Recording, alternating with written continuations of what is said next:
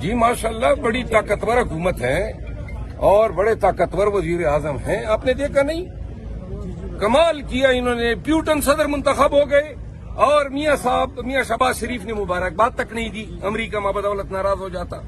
صدر ایران آئے اور ایران گیس پائپ لائن پہ بات تک کی ضرورت نہیں ہوئی.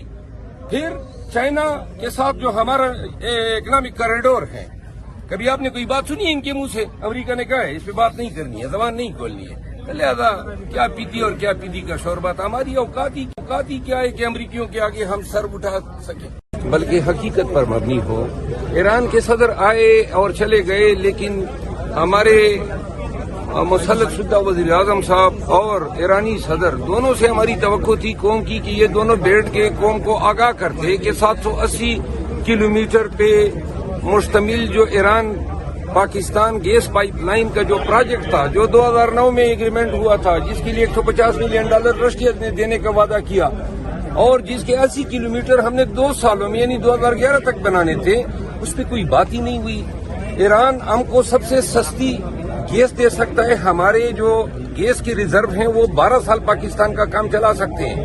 جس اندازے سے یہ آبادی بڑھ رہی ہے اور ٹرانسپورٹ اور انڈسٹری پہ گیس پہ جو دباؤ بڑھ رہا ہے، تو 12 سال کے بجائے یہ 8 سالوں میں 8 سال کے بعد پاکستان میں گیس ہوگی ہی نہیں. تو لہذا ایرانی سینکشن کی وجہ سے اور ڈونلڈ لو کے گزشتہ ماہ کی اس بیان کی وجہ سے کہ پاکستان جو ہے وہ اس گیس پروجیکٹ کے منصوبے سے باز آ جائیں، ہم اپنا نقصان کیے جا رہے ہیں. ہمیں اور اگر پاکستان اس منصوبے پہ نہیں جاتا ہے، عمل درآمد نہیں کرتا ہے ایگریمنٹ کے اس حصے کی جس کی ذمہ داری پاکستان پہ عائد ہوتی ہے، ایرانی پارلیمنٹ نے اپنی حکومت پہ زور ڈالا ہے کہ پاکستان جو ہے اگر اس سے آگے نہیں جاتا ہے تو اس کے ساتھ معاملات کو منطقی انجام تک پہنچا کے اس ایگریمنٹ کو انڈو کیا جائے. اس کا خمیازہ ہمیں $17 بلین جرمانے قیمت میں ادا کرنا ہوگا. تو لہذا یہ اسٹاک ایکسچینج کتنا جو ہے پلا بڑا ہے، اس سے بہتر نہیں تھا کہ ہم ویور لیتے امریکن گورنمنٹ سے، ون ٹائم ویور مانگ لیتے کہ جی ہمیں ان سیکشن سے ویور دے، ہماری ضرورت ہے. ہم معاشی بوجھ تلے دبے جا رہے ہیں. اس سے قبل ڈی جی ایس پی نے جب گزشتہ پی ڈی ایم کی حکومت آئی تھی اور اسٹاک ایکسچینج اوپر گیا تھا تو انہوں نے کہا کہ دیکھیں اسٹاک ایکسچینج اوپر چلا گیا اور ابھی بھی اوپر چلا گیا.